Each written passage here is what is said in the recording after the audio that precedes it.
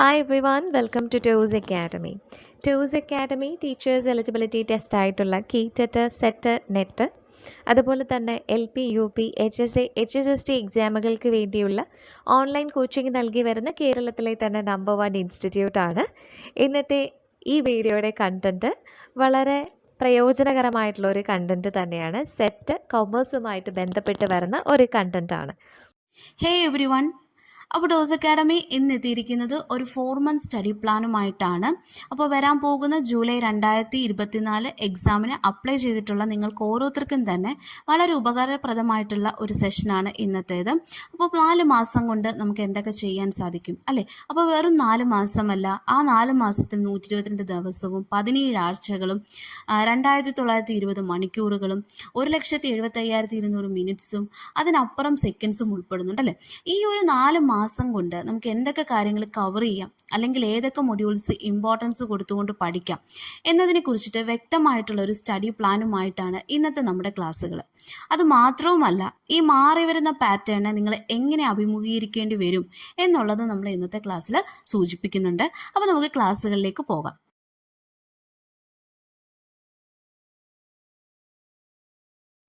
അപ്പോൾ 4 മാസത്തിൽ നമുക്കുള്ള ടോട്ടൽ മൊഡ്യൂൾസിനെ നമ്മൾ അലോക്കേറ്റ് ചെയ്യുവാണെന്നുണ്ടെങ്കിൽ ഫസ്റ്റ് മന്തിലേക്ക് നമുക്ക് യൂണിറ്റ് 1 and 3, അതുപോലെ സെക്കൻഡ് മന്തിലേക്ക് യൂണിറ്റ് 2 and 6, അതുപോലെ തേർഡ് മന്തിലേക്ക് നമുക്ക് യൂണിറ്റ് 4 and 5 എന്നിങ്ങനെ 3 ആയിട്ട് നമുക്ക് അലോക്കേറ്റ് ചെയ്യാം. അതായത് 3 മാസത്തേക്ക് നമ്മൾ ഈ നമ്മുടെ മൊത്തം 6 യൂണിറ്റ്സിനെ അലോക്കേറ്റ് ചെയ്തിട്ട് ലാസ്റ്റ് മന്ത്, അതായത് എക്സാം വരുന്നതിന് തൊട്ട് മുമ്പുള്ള മാസം നമുക്ക് റിവിഷന് വേണ്ടിയിട്ടും അതുപോലെ PYQ അനാലിസിസിന് വേണ്ടിയിട്ടും മാറ്റിവെക്കാം. അപ്പോൾ ഈ ഓരോ മന്തിലും എങ്ങനെയാണ് നമ്മൾ പോർഷൻസ് പഠിച്ചു പോകേണ്ടതെന്നുള്ളത് നമുക്കിനി നോക്കാം. ഫസ്റ്റ് മന്ത് യൂണിറ്റ് 1 and 3 വേണ്ടി സ്പെൻഡ് ചെയ്യുക. ഇതിൻ്റെ പ്രത്യേകത എന്ന് പറയുന്നത് തിയറിയും പ്രോബ്ലം ഒരുപോലെ തന്നെ നമ്മൾ പഠിച്ചു പോകണം.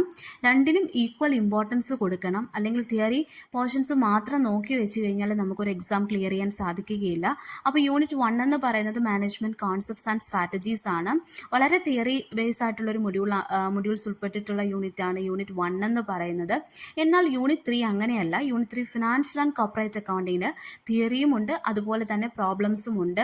ഏകദേശം ഒരു 50-50 എന്നുള്ള രീതിയിലാണ്. അതായത് 50% തിയറിയും 50% പ്രോബ്ലവും വരാൻ സാധ്യതയുണ്ട്. ചിലപ്പോൾ 80-20 ആകാം. 80% പ്രോബ്ലവും 20% തിയറിയും വരാൻ സാധ്യതയുണ്ട്.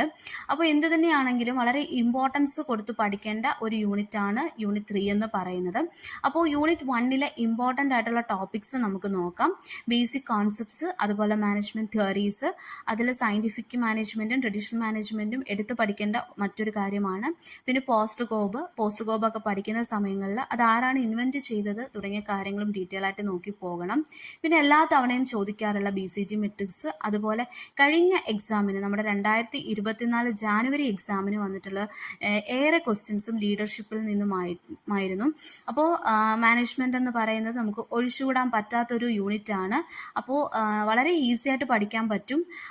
അതുപോലെ തന്നെ നല്ല രീതിയിൽ മാർക്ക് സ്കോർ ചെയ്യാൻ പറ്റുന്നതുമായിട്ടുള്ളൊരു യൂണിറ്റാണ് യൂണിറ്റ് 1 എന്ന് പറയുന്നത്. ഇനി യൂണിറ്റ് 3 എന്ന് പറയുന്നത് ഫിനാൻഷ്യൽ ആൻഡ് കോർപ്പറേറ്റ് അക്കൗണ്ടിങ് ആണ്. ഫിനാൻഷ്യൽ ആൻഡ് കോർപ്പറേറ്റ് അക്കൗണ്ടിങ്ങിൽ എടുത്തു പറയേണ്ട ഒരു കാര്യമാണ് അക്കൗണ്ടിങ് കോൺസെപ്റ്റ്സ് സ്റ്റാൻഡേർഡ്സ്. അതിൽ ഇന്ത്യൻ അക്കൗണ്ടിങ് സ്റ്റാൻഡേർഡ്സ്, അതുപോലെ ഇൻ്റർനാഷണൽ അക്കൗണ്ടിങ് സ്റ്റാൻഡേർഡ്സ്, അത് സെപ്പറേറ്റ് ചെയ്ത് തന്നെ പഠിക്കണം. ഒരുപാട് കുട്ടികൾക്ക് കൺഫ്യൂസ്ഡ് ആയിട്ടുള്ളൊരു കാര്യമാണ് ഈ ഒരു അക്കൗണ്ടിങ് സ്റ്റാൻഡേർഡ്സ്. അതുപോലെ തന്നെ വരുന്ന മറ്റൊരു കാര്യമാണ് കമ്പനി അക്കൗണ്ട്സും വളരെ ഇമ്പോർട്ടൻ്റ് ആയിട്ടുള്ളൊരു പോർഷനാണ്. അതിലെ ഡിബഞ്ചേഴ്സ്, ഷെയർസ്, അതിൻ്റെ valuation, good will calculations, forfeiture, reissue, അങ്ങനെയുള്ള എല്ലാ കാര്യങ്ങളുടെയും ജേർണൽ എൻട്രി ഉൾപ്പെടെ എല്ലാ തവണയും ക്വസ്റ്റ്യൻസിനകത്ത് വരാറുണ്ട്. പിന്നെ വരുന്നൊരു പോർഷൻസ് എന്ന് പറയുന്നത് ഫൈനൽ അക്കൗണ്ട്സ് ആണ്. Final accounts, trial and trading and profit and loss account വളരെ ഇമ്പോർട്ടൻ്റ് ആയിട്ടുള്ളൊരു ഏരിയ ആണ്. അതിലെ എറേഴ്സ് ഉൾപ്പെടെ തന്നെ എല്ലാ തവണയും ക്വസ്റ്റ്യൻസ് വന്നിട്ടുണ്ട്. പിന്നെ വരാൻ സാധ്യതയുള്ളൊരു പ്രോബ്ലം ആയിട്ട് പറയുകയാണെങ്കിൽ സബ്സ്ക്രിപ്ഷൻ്റെ കാൽക്കുലേഷൻ, ഡെപ്റ്റേഴ്സ്, ക്രെഡിറ്റേഴ്സ്, അതുപോലെ തന്നെ ബിൽസ് റിസീവബിൾ ആൻഡ് പേയബിൾ, അങ്ങനെ പല കാര്യങ്ങളും ഉൾപ്പെടുന്ന ഒരു യൂണിറ്റ് ആണ് ഫിനാൻഷ്യൽ ആൻഡ് കോർപ്പറേറ്റ് അക്കൗണ്ടിങ് എന്ന് പറയുന്നത്. അപ്പോൾ നിങ്ങൾ അത്യാവശ്യം സ്ട്രെസ് കൊടുത്ത് പഠിക്കേണ്ട പോർഷൻസ് ആണ് ഈ ഇമ്പോർട്ടൻറ്റ് ടോപ്പിക്കായിട്ട് തന്നിരിക്കുന്നത്. അപ്പോൾ ഫസ്റ്റ് മന്തിൽ നിങ്ങൾക്കൊരു 20 ദിവസം വേണമെങ്കിൽ ഫുൾ സ്റ്റഡിക്കായിട്ട് വിനിയോഗിക്കാം, അല്ലെങ്കിൽ ഒരു 25 ദിവസം നിങ്ങൾ ഫുൾ സ്റ്റഡിക്കായിട്ട് വിനിയോഗിച്ചിട്ട് ലാസ്റ്റ് 5 ഡേയ്സ് ഓർ 10 ഡേയ്സ് നിങ്ങൾ പ്രീവിയസ് ഇയർ ക്വസ്റ്റ്യൻസ് അനാലിസിസ് ചെയ്യുക. അതായത് ഏകദേശം ഒരു 10 വർഷത്തെ ക്വസ്റ്റ്യൻസ് എങ്കിലും നിങ്ങൾ അനാലിസിസ് നടത്തണം. അതായത് റിപ്പീറ്റഡ് ആയിട്ട് വന്നിട്ടുള്ള ക്വസ്റ്റ്യൻസ് നിങ്ങൾ ഇതിന് വേണ്ടിയിട്ടൊരു ബുക്ക് എടുത്ത് വെച്ചിട്ട് റിപ്പീറ്റഡ് ആയിട്ട് വന്നിട്ടുള്ള ക്വസ്റ്റ്യൻസ്, ഇമ്പോർട്ടൻ്റ് ആയിട്ടുള്ള ഏരിയാസ്, സ്ട്രെസ് ചെയ്ത് കൊടുത്തു പോകേണ്ട പോർഷൻസ്, അങ്ങനെയുള്ളവ വളരെ ഡീറ്റെയിൽ ആയിട്ട് പഠിച്ചു പോകാൻ ശ്രമിക്കുക. ഫസ്റ്റ് മന്തിലെ പോലെ സെക്കൻഡ് മന്തും ഒരു തിയറി യൂണിറ്റും ഒരു പ്രോബ്ലം യൂണിറ്റും ഉൾപ്പെടുത്തിയിട്ടുള്ള സ്റ്റഡി പ്ലാൻ ആയിരിക്കണം എപ്പോഴും ചൂസ് ചെയ്യേണ്ടത്. കാരണം പ്രോബ്ലംസ് അല്ലെങ്കിൽ തിയറീസ് ലാസ്റ്റിലേക്ക് പഠിക്കാം എന്ന് പറഞ്ഞ് മാറ്റി വെക്കരുത്. പഠിക്കുമ്പോൾ രണ്ടിനും ഈക്വൽ ഇമ്പോർട്ടൻസ് കൊടുത്ത് തന്നെ വേണം പഠിച്ചു പോകാൻ. അപ്പോൾ യൂണിറ്റ് 2 എന്ന് പറയുന്നത് business environment policies and MIS ആണ്. അപ്പോൾ ഇതിലെ എല്ലാ ഏരിയാസും പഠിച്ചു പോകണം, എല്ലാ മൊഡ്യൂൾസും പഠിച്ചു പോകണം. കാരണം ഒരു ജനറൽ ടോപ്പിക്കാണ്. അതിൽ വരാൻ സാധ്യതയുള്ളത് GDP, അതുപോലെ per capita income, economic planning, world trade organisations, FDI, free trade areas, അതുപോലെ തന്നെ ഡേറ്റ പ്രോസസ്സിങ്, MISുമായി ബന്ധപ്പെട്ട് വരുന്ന ഡേറ്റ പ്രോസസ്സിങ് കൺസെപ്റ്റ്സ്, അതുപോലെ ഡേറ്റാബേസ് മാനേജ്മെൻറ്റ്, അങ്ങനെ MISിൽ നിന്നും അതുപോലെ തന്നെ ബിസിനസ് എൻവയോൺമെൻറ്റ് റിലേറ്റ് ചെയ്തിട്ടുള്ള ക്വസ്റ്റ്യൻസും എല്ലാ തവണയും നമ്മുടെ ക്വസ്റ്റ്യൻ പേപ്പർ ചെക്ക് ചെയ്താൽ അറിയാൻ സാധിക്കും, എല്ലാ തവണയും വന്നു പോയിട്ടുള്ളതാണ്. അപ്പോൾ ബിസിനസ് എൻവയോൺമെൻറ്റിൽ നിന്നും എല്ലാ ക്വസ്റ്റ്യൻസും എല്ലാ മൊഡ്യൂളിൽ നിന്നും നമുക്ക് ക്വസ്റ്റ്യൻസ് എക്സ്പെക്റ്റ് ചെയ്യാം. ആൻഡ് ദെൻ നെക്സ്റ്റ് എന്ന് പറയുന്നത് unit 6 cost and management accounting. അപ്പോൾ പല കുട്ടികളും സെറ്റ് എക്സാം ക്ലിയർ ചെയ്യണോ അല്ലെങ്കിൽ ഫെയിൽ ആവണോ എന്ന് ഡിസൈഡ് ചെയ്യുന്ന ഒരു യൂണിറ്റാണ് unit 6 cost and management accounting എന്ന് പറയുന്നത്. വളരെ ഇമ്പോർട്ടൻ്റ് ആയിട്ടുള്ളൊരു യൂണിറ്റാണ്. പക്ഷെ കുറച്ച് കാര്യങ്ങളെ സിലബസിനകത്ത് ഉൾപ്പെടുത്തിയിട്ടുള്ളൂ എങ്കിൽ പോലും ഡീറ്റെയിൽ ആയിട്ട് നമ്മൾ പഠിച്ചു പോകേണ്ട ഒരു യൂണിറ്റാണ് unit 6 cost and management accounting. ഈ ഒരു യൂണിറ്റ് പഠിച്ചു കഴിഞ്ഞാൽ ഞാൻ 100% ഉറപ്പ് പറയുകയാണ് നിങ്ങൾക്ക് ഈ ഒരു സെറ്റ് എക്സാം ക്ലിയർ ചെയ്യാൻ സാധിക്കും. കാരണം 2 തിയറി യൂണിറ്റിന് ഈക്വലാണ് ഈ ഒരു കോസ്റ്റ് ആൻഡ് മാനേജ്മെൻറ്റ് അക്കൗണ്ടിങ്ങിൻ്റെ ഒറ്റ യൂണിറ്റ് എന്ന് പറയുന്നത്. അപ്പോൾ ഇതിൽ റിപ്പീറ്റ് ആയിട്ട് ചോദിക്കുന്ന കുറച്ച് ക്വസ്റ്റ്യൻസ് നമുക്ക് അല്ലെങ്കിൽ കുറച്ച് ഏരിയാസ് നമുക്ക് നോക്കാം. Marginal costing, break even analysis, അതുപോലെ ratio analysis, unit and process costing. അപ്പോൾ കോസ്റ്റ് കൺട്രോൾ, കോസ്റ്റ് റിഡക്ഷൻ, അങ്ങനെ ഒരുപാട് കാര്യങ്ങൾ ഉൾപ്പെടുന്നു എങ്കിൽ പോലും ഈ ഒരു പ്രോബ്ലം ഏരിയയിൽ നിന്നും നിങ്ങൾക്ക് ഈ പറഞ്ഞിരിക്കുന്ന പോർഷൻസ് എല്ലാ ക്വസ്റ്റ്യൻസിനകത്തും കാണാൻ സാധിക്കും. അപ്പോൾ ഒരു ലാസ്റ്റ് 10 ഇയേഴ്സ് ക്വസ്റ്റ്യൻ എടുക്കുകയാണെങ്കിൽ, അപ്പോൾ ഞാൻ ഈ തന്നിരിക്കുന്ന ക്വസ്റ്റ്യൻ എന്ന് പറയുന്നത് 2016 ചോദിച്ചിട്ടുള്ളൊരു ക്വസ്റ്റ്യനാണ്. 2016 ജൂലൈ സെഷൻ്റെ ക്വസ്റ്റ്യൻ ആയിരുന്നു. അപ്പം ഇതേ മോഡൽ ക്വസ്റ്റ്യൻ ആണ് ഈ 2024 ജാനുവരിയിൽ നിങ്ങൾക്ക് വന്നിട്ടുള്ളത്. അപ്പോൾ 10 വർഷത്തെ ക്വസ്റ്റ്യൻസ് അല്ലെങ്കിൽ 10 വർഷത്തെ മുമ്പത്തെ ക്വസ്റ്റ്യൻസ് വർക്കൗട്ട് ചെയ്യുന്നതിൻ്റെ ആ ഒരു അഡ്വാൻറ്റേജ് എന്ന് പറയുന്നത് നമുക്ക് വരുന്ന ക്വസ്റ്റ്യൻസിനെ എങ്ങനെ ആൻസർ ചെയ്യണം എന്നറിയാൻ സാധിക്കും അല്ലേ. അപ്പോൾ ഈ ഒരു 5 ക്വസ്റ്റ്യൻസ് എന്ന് പറയുന്നത് PV റേഷ്യോൻ്റെ കാൽക്കുലേഷനുമായിട്ട് ബന്ധപ്പെട്ടിട്ടുള്ളതാണ്. അതായത് കോൺട്രിബ്യൂഷൻ കാൽക്കുലേറ്റ് ചെയ്യുക, വേരിയബിൾ കോസ്റ്റ് കാൽക്കുലേറ്റ് ചെയ്യുക, ഫിക്സഡ് കോസ്റ്റ് കാൽക്കുലേറ്റ് ചെയ്യുക. ഇതൊക്കെ വളരെ ഈസി ആയിട്ടുള്ള കാര്യങ്ങളാണ്. അപ്പോൾ ചിലരെ സംബന്ധിച്ചിടത്തോളം ഇതൊക്കെ ഇച്ചിരി ടഫാണ് എന്നുള്ളൊരു മൈൻഡ് സെറ്റോട് കൂടി ഇരിക്കുന്നവരാണ്. പക്ഷെ വളരെ ഈസി ആയിട്ടുള്ള ഒരു കാര്യമാണ്, പഠിച്ചാലെല്ലാം എളുപ്പമാണ്. സോ 3rd മന്ത് നമുക്ക് യൂണിറ്റ് 4 and 5 പഠിക്കുന്നതിന് വേണ്ടിയിട്ട് മാറ്റിവെക്കാം. അപ്പോൾ യൂണിറ്റ് 4 എന്ന് പറയുന്നത് quantitative techniques and research methods ആണ്. യൂണിറ്റ് 5 എന്ന് പറയുന്നത് ഫിനാൻഷ്യൽ മാനേജ്മെൻറ്റ് ആൻഡ് മാർക്കറ്റിംഗ് ആണ്. വളരെ ഇമ്പോർട്ടൻ്റ് ആയിട്ടുള്ള 2 യൂണിറ്റുകളാണ് ഈ തന്നിരിക്കുന്നത്. ഈ 2 യൂണിറ്റിൽ നിന്നും ഒരുപാട് ക്വസ്റ്റ്യൻസ് വരാറുണ്ട്. അപ്പോൾ ഫിനാൻഷ്യൽ മാനേജ്മെൻറ്റ് ആൻഡ് മാർക്കറ്റിംഗ് നിങ്ങൾക്കറിയാം, നമ്മുടെ സെറ്റ് എക്സാം ആണെന്നുണ്ടെങ്കിലും കൊമേഴ്സ് റിലേറ്റഡ് ആയിട്ടുള്ള ഏതൊരു കോമ്പറ്റേറ്റീവ് എക്സാംസിനും ഉറപ്പായിട്ടും ചോദിക്കുന്ന ക്വസ്റ്റ്യൻസ് ഉൾപ്പെട്ടിട്ടുള്ളൊരു യൂണിറ്റാണ് ഫിനാൻഷ്യൽ മാനേജ്മെൻറ്റ് ആൻഡ് മാർക്കറ്റിംഗ് എന്ന് പറയുന്നത്. അത് മാത്രമല്ല നമുക്ക് എക്സ്പെക്റ്റ് ചെയ്യാൻ പറ്റുന്ന ക്വസ്റ്റ്യൻസ് ഉൾപ്പെടുന്ന ഒരു പോർഷനാണ് ഫിനാൻഷ്യൽ മാനേജ്മെൻറ്റ് ആൻഡ് മാർക്കറ്റിംഗ് എന്ന് പറയുന്നത്. അപ്പോൾ യൂണിറ്റ് 4 വരാൻ സാധ്യതയുള്ള ഇമ്പോർട്ടൻ്റ് ആയിട്ടുള്ള ടോപ്പിക്സ് നമുക്ക് നോക്കാം. Research type, probability, parametric and non parametric test, decision making, linear programming, hypothesis, data collection, അതുപോലെ സാമ്പിളിങ്, അങ്ങനെ ഒരുപാട് കാര്യങ്ങൾ പ്രോബബിലിറ്റിയൊക്കെ വളരെ ഇമ്പോർട്ടൻസ് കൊടുത്ത് തന്നെ പഠിച്ചു പോകേണ്ട ഒരു യൂണിറ്റ് ആണ് unit 4 quantitative techniques and research methods എന്ന് പറയുന്നത്. അതുപോലെ റിസർച്ച് ഡിസൈൻ, റിസർച്ച് റിലേറ്റഡ് ആയിട്ടുള്ള റിസർച്ച് മെത്തഡോളജി റിലേറ്റഡ് ആയിട്ടുള്ള ഒരുപാട് ക്വസ്റ്റ്യൻസ് ഈ ഒരു ഏരിയയിൽ നിന്നും ചോദിക്കാറുണ്ട്.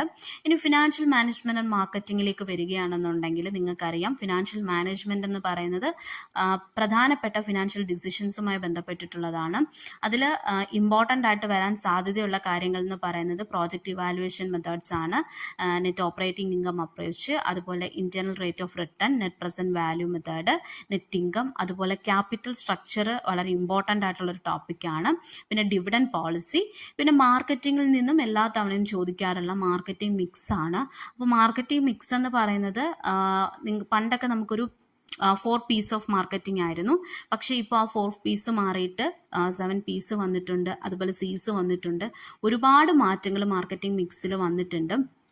അപ്പോൾ ഈ പറഞ്ഞ കാര്യങ്ങളൊക്കെ തന്നെ നിങ്ങൾക്ക് പെട്ടെന്ന് ക്യാച്ച് ചെയ്യണം. അതായത് ഗൂഗിൾ നോക്കിയിട്ടോ അല്ലെങ്കിൽ നിങ്ങളുടെ കയ്യിൽ കറക്റ്റായിട്ടുള്ള സ്റ്റഡി മെറ്റീരിയൽസ് ഇല്ല എന്നുണ്ടെങ്കിൽ നിങ്ങൾക്ക് ഈ ഒരു ഇമ്പോർട്ടൻറ്റ് ടോപ്പിക്സ് അത്രത്തോളം കവർ ചെയ്യാൻ സാധിക്കുകയില്ല. നിങ്ങൾക്ക് പ്രോപ്പറായിട്ടുള്ള ക്ലാസ്സുകളും സ്റ്റഡി മെറ്റീരിയൽസും നിങ്ങൾ തന്നെ കണ്ടെത്തുകയാണെങ്കിൽ ഓക്കെ, അതില്ല എന്നുണ്ടെങ്കിൽ നിങ്ങൾക്ക് ഈ പറഞ്ഞ ഇമ്പോർട്ടൻറ്റ് ടോപ്പിക്സുകൾ കവർ ചെയ്യാൻ സാധിക്കുകയില്ല. അതുപോലെ തന്നെ ഒരു 10 വർഷത്തെ ക്വസ്റ്റ്യൻസ് വർക്കൗട്ട് ചെയ്യണം. ഈ ഒരു മന്തിലും നിങ്ങൾക്ക് 20 ഡേയ്സ് വേണമെങ്കിൽ പഠിക്കാം, 10 ഡേയ്സ് വർക്കൗട്ട് ചെയ്യാം, അല്ലെങ്കിൽ 25 ഡേയ്സ് പഠിച്ചുകൊണ്ട് 5 ഡേയ്സ് വർക്കൗട്ട് ചെയ്യാം. എന്ത് തന്നെയാണെങ്കിലും നിങ്ങളുടെ കൺവീനിയൻ്റ് അനുസരിച്ചിട്ട് ആ ഒരു കാര്യം നിങ്ങൾ ഡിസൈഡ് ചെയ്യുക. സോ ദി ലാസ്റ്റ് മന്ത്, അതായത് നമ്മുടെ എക്സാം മന്ത് എന്ന് പറയുന്നത്, അല്ലെങ്കിൽ എക്സാമിന് തൊട്ട് മുമ്പുള്ള ആ ഒരു കുറച്ച് ഡേയ്സ് എന്ന് പറയുന്നത് വളരെ ക്രൂഷ്യലായിട്ടുള്ള ഒരു റോള് തന്നെയാണ് വഹിക്കുന്നത്. അപ്പം ഈ ഒരു മന്ത് എങ്ങനെ നിങ്ങൾക്ക് വിനിയോഗിക്കാം എന്നുള്ളത് നമുക്ക് നോക്കാം. ആദ്യം തന്നെ പഠിച്ചതിനെ ഒന്ന് റിവൈസ് ചെയ്യുക. ഒരു 10 ദിവസം എടുത്തിട്ടെങ്കിൽ നിങ്ങൾ ഈ പഠിച്ചതിനൊക്കെ ഒന്ന് റിവൈസ് ചെയ്യുക. ആ റിവൈസ് ചെയ്യുന്ന സമയത്ത് നിങ്ങൾക്ക് ഒട്ടും തന്നെ ഡൗട്ട്സ് ഉണ്ടാവാൻ പാടില്ല. എല്ലാ ടോപ്പിക്കും പക്ക ക്ലിയർ ആയിട്ട് നിങ്ങൾ മനസ്സിലാക്കി തന്നെ വേണം റിവൈസ് ചെയ്യാൻ. അതിനുശേഷം ഈ റിവൈസിന് ശേഷം വീണ്ടും നിങ്ങൾ previous year question papers work out ചെയ്യുക. ഒരു 10 ദിവസം എടുത്ത് തന്നെ പ്രീവിയസ് ഇയർ ക്വസ്റ്റ്യൻ പേപ്പേഴ്സും നിങ്ങൾക്ക് കിട്ടാവുന്ന സോഴ്സിൽ നിന്നും എല്ലാം മോക്ക് ടെസ്റ്റുകൾ അറ്റൻഡ് ചെയ്യുക.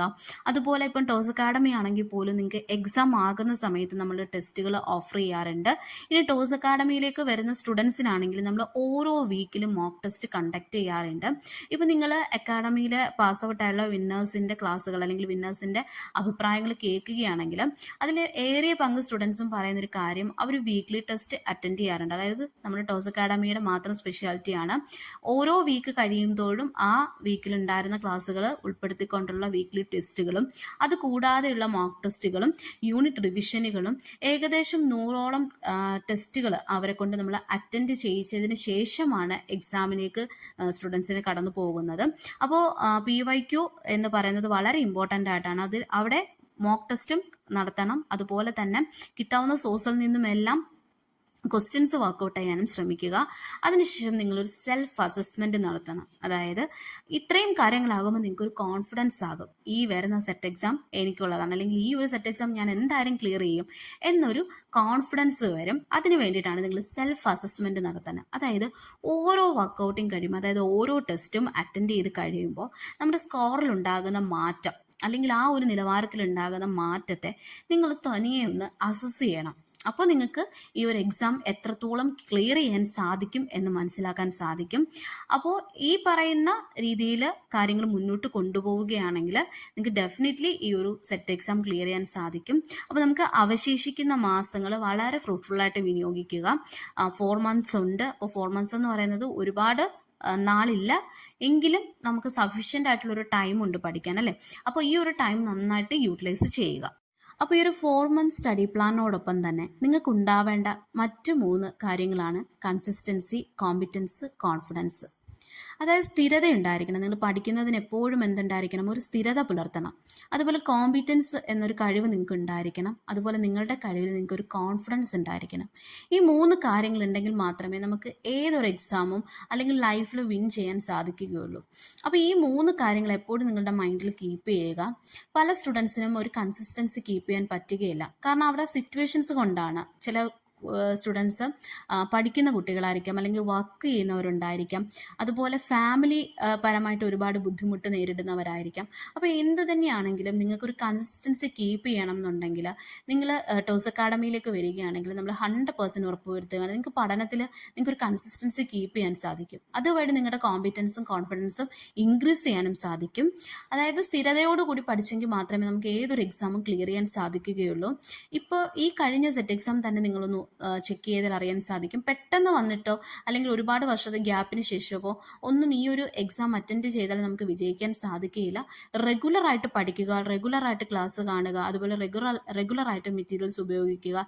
എങ്കിൽ മാത്രമേ നമുക്ക് ഏതൊരു എക്സാമും എസ്പെഷ്യലി ഇതുപോലുള്ള കോമ്പിറ്റൻറ്റ് എക്സാംസ് ഒക്കെ നിങ്ങൾക്ക് ക്ലിയർ ചെയ്യാൻ സാധിക്കുകയുള്ളൂ. അപ്പോൾ കൺസിസ്റ്റൻ്റ് ആയിരിക്കണം എന്ന് ആഗ്രഹിക്കുന്നവർ ടോസ് അക്കാഡമിയിലേക്ക് വരിക. നിങ്ങൾക്ക് ഈ ഒരു സെറ്റ് എക്സാം വിൻ ചെയ്യാൻ ടോസ് അക്കാഡമിയിൽ കഴിയുന്ന എല്ലാ സഹായങ്ങളും ഫാക്കൽറ്റീസും അതുപോലെ അക്കാഡമിയും പ്രൊവൈഡ് ചെയ്യുന്നുണ്ട്. അപ്പോൾ ഓൾ ദി വെരി ബെസ്റ്റ്. എല്ലാവർക്കും ഉപയോഗപ്രദമായി എന്ന് വിശ്വസിക്കുന്നു.